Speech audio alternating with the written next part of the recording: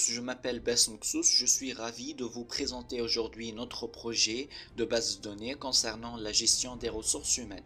Et je vais vous guider à travers la première et la troisième partie de cette vidéo. Donc nous avons divisé la présentation successivement sur trois parties. Au début pour un compte sans rôle et personnel, ensuite pour un rôle de chef et enfin pour l'admin. Cela nous aidera à comprendre le fonctionnement du site web. Alors, on commence par la page d'index qui était formée par une balise de forme dans un container simple avec un peu de code CSS pour mieux conceptionner la page. Alors je dois connecter avec un compte personnel. On remarque l'organisation des informations et des données. Donc bienvenue, votre nom de compte extrait de la base de données et aussi nous voyons également des informations ci-dessous. Ici comme une table pour afficher les chefs de département, la même chose pour les personnels et les salaires sont formés par un code un peu compliqué. Nous payerons les salaires à partir du 5. Ça c'est un contexte fixé, mais pour le mois, c'est un code source JavaScript pour afficher le mois prochain. Pour le pied de page, à chaque page nous le trouvons.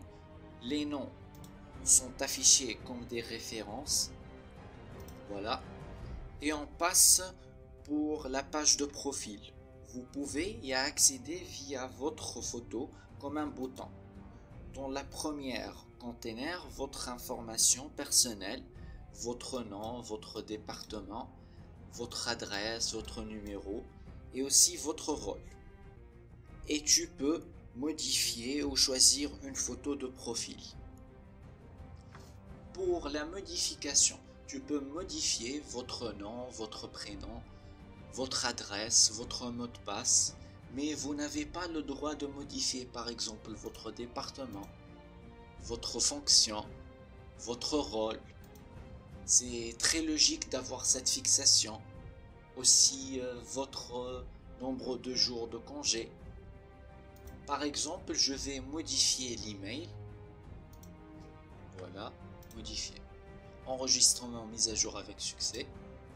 Voilà. Et on passe pour le ruban. Le premier bouton, c'est pour la page d'accueil. Je vais expliquer la seconde plus tard. La troisième, c'est visitez-nous pour voir le site de l'institut et quitter pour sortir.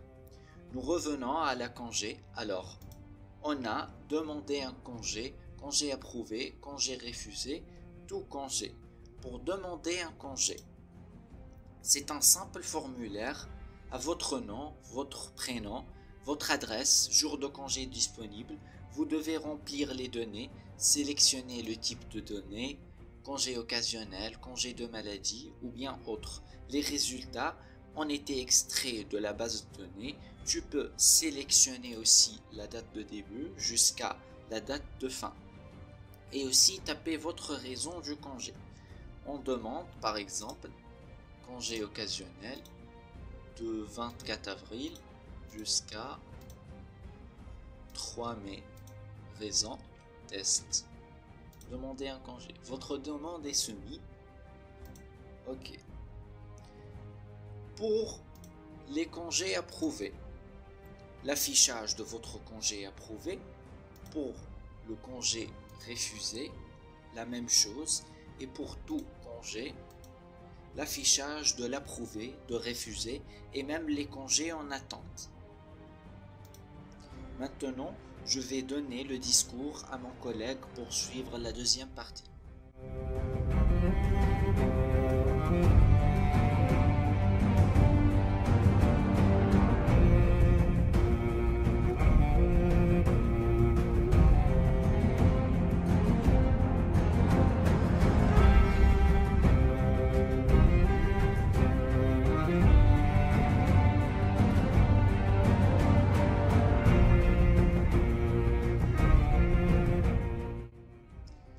Bonjour à tous, je suis Hassal Kassabi. Je vais vous guider dans la deuxième partie. D'abord, je vais connecter avec un compte du chef du département.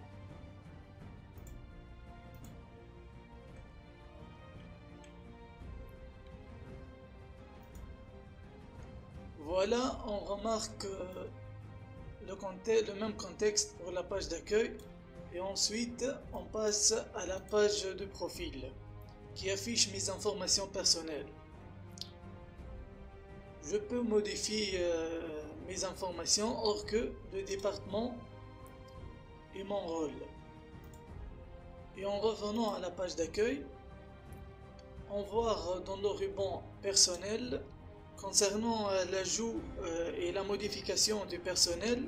D'abord, pour l'ajout d'un personnel, on clique sur le bouton nouveau personnel et je vais remplir le formulaire du personnel. Par exemple, le prénom Ahmed, le nom Mani, sa fonction ouvrier, son email ahmedmani21@gmail.com. Pour le département, par exemple production, le mot de passe, genre mâle, date de naissance, son adresse source, le jour de congé disponible 40 jours et pour le rôle je peux ajouter juste personnel, son numéro de téléphone et le prix d'heure et on clique sur enregistrer. Donc personnel ajouté avec succès. Et pour gérer les personnels, on clique sur gérer les personnels. J'ai la possibilité de modifier l'information du personnel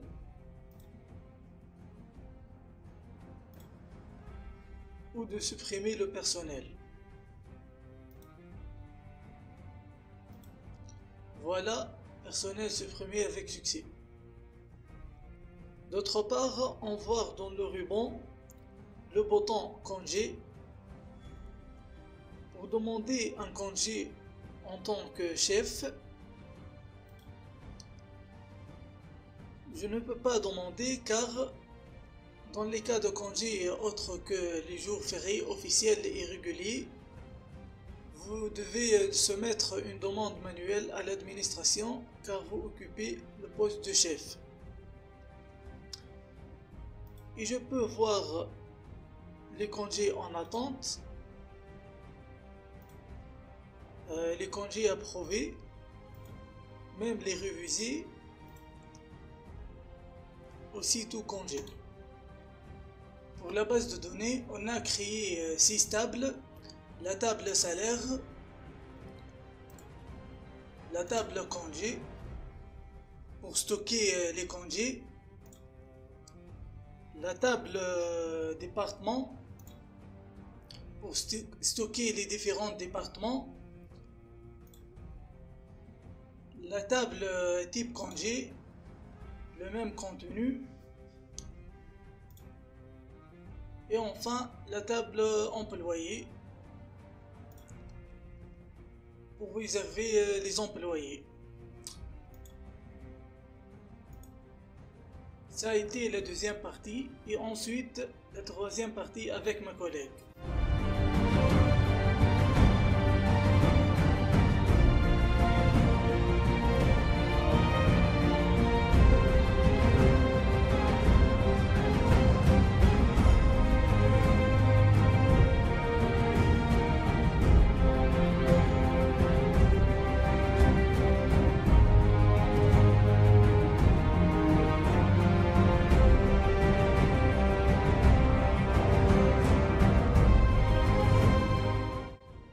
Revenons pour expliquer la troisième partie.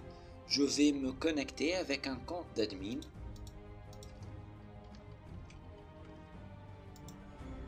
Premièrement, on remarque des nouveaux boutons dans le ruban.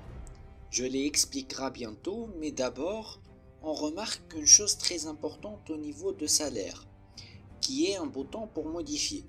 C'est une autre page spécialement pour les salaires. Elle est exceptionnellement pour l'admin. Les données de tous les utilisateurs enregistrés sont affichées avec le prix unitaire d'heure et aussi le nombre d'heures de travail. Et bien sûr, j'ai la possibilité de modifier les données, même mes propres informations. Par exemple, je vais travailler 160 heures 7 mois, modifier, enregistrement mise à jour avec succès. Bon, cette vidéo a été enregistrée dans le mois d'avril et en tant qu'admin, je peux modifier ou saisir les horaires de travail des personnels au cours de ce mois. Et quand nous serons le 5 mai, par exemple, je montre les salaires à travers cette case à cocher. Donc, êtes-vous sûr de vouloir afficher ou masquer les salaires? OK. Donc, voilà. C'est le mois actuel ici. Si nous sommes au mois de mai, il apparaîtra naturellement. Vous pouvez également voir vos informations de salaire affichées par un code PHP avec des conditions et des formules de calcul simples, conformées à la loi de finances nationale de 2024. Ok, brièvement pour la page de profil, même concept, mais j'ai tout le droit de modifier toutes mes informations, même mon rôle. Voilà, mais attention, si vous choisissez le chef ou le personnel, vous ne pouvez pas le revenir à l'admin. Et on passe pour les nouveautés de Ribbon. On a département. Pour ajouter des départements, je vais ajouter un département de magasin par exemple. Nom abrégé du département, MAG. Enregistré, département ajouté avec succès. Le département a été ajouté, voilà. Pour supprimer, êtes-vous sûr que vous voulez supprimer? Ok, département supprimé avec succès. Voilà. Le seconde nouveauté est le type de congé. Même contexte pour ajouter les types de congés aux bases de données. Pour le nouveau personnel, bien sûr, j'ai parfaitement le droit de choisir les rôles. Voilà. Aussi, quand je modifie quelqu'un, tout droit de modification. Voilà. La dernière chose dans le cas de congé. Juste à noter, je ne peux pas demander un congé. Comme les chefs, voilà, car vous occupez le poste d'admin. Enfin, l'action pour déterminer s'il faut approuver ou refuser quelques congés est sélectionnée à travers la page de congés en attente. Une autre petite colonne dans le tableau qui s'appelle Action affiche toutes les informations de congé, par exemple le nombre de jours appliqués, le date de début, le date de fin, statut de l'administrateur en attente, remarque en attente aussi, votre raison de congé. Pour passer à l'action, une simple fenêtre contextuelle avec CSS pour choisir. Choisissez votre option. Je vais approuver.